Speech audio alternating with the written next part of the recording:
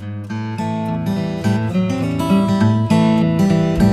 going on? Thanks for following 6 Point. Don't forget to like and subscribe for more videos like this. Today we are looking at setting up guide wires for securing down tents.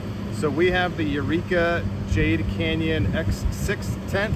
If you want to know more information about this tent, check out the link. We got a full setup video of how it works, setting it up, all the pros and cons from our opinion. But this is real quick how to set up this guide wire. So this is just for staking down and securing your rain fly. This tent comes with these cool little bags to secure it in place, so you actually have somewhere to stow it and these lines don't get all tangled up. It comes brand new.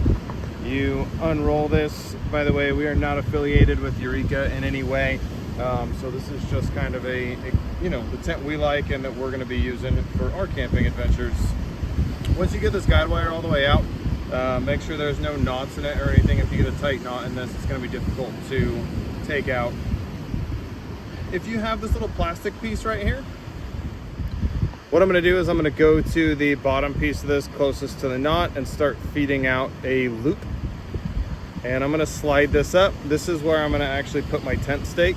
So these allow you to easily adjust, tighten, or loosen your tent stakes. The one downside I would say to this particular tent is you have to go like a couple feet away to get it tight at all, even if this is maxed out. I could always shorten this line if I wanted to, or just be careful of when you're walking around your tent that you don't catch it. But I'm going to take my stake. My stake should always be in the ground at about a 45-degree angle. If I go straight down like this, it's going to pull up easier. So go perpendicular to the angle of pull. I'm going to come down and figure out where I want it staked out. So again, I'm going perpendicular to the direction of pull. I'll put that all the way in the ground. Now that that's in the ground, to tighten this, all I have to do is slide this piece up to where it's tight. Just like that. If I didn't have this, I could use a Prusik knot or something like that. To see how a Prusik's tied, follow this link.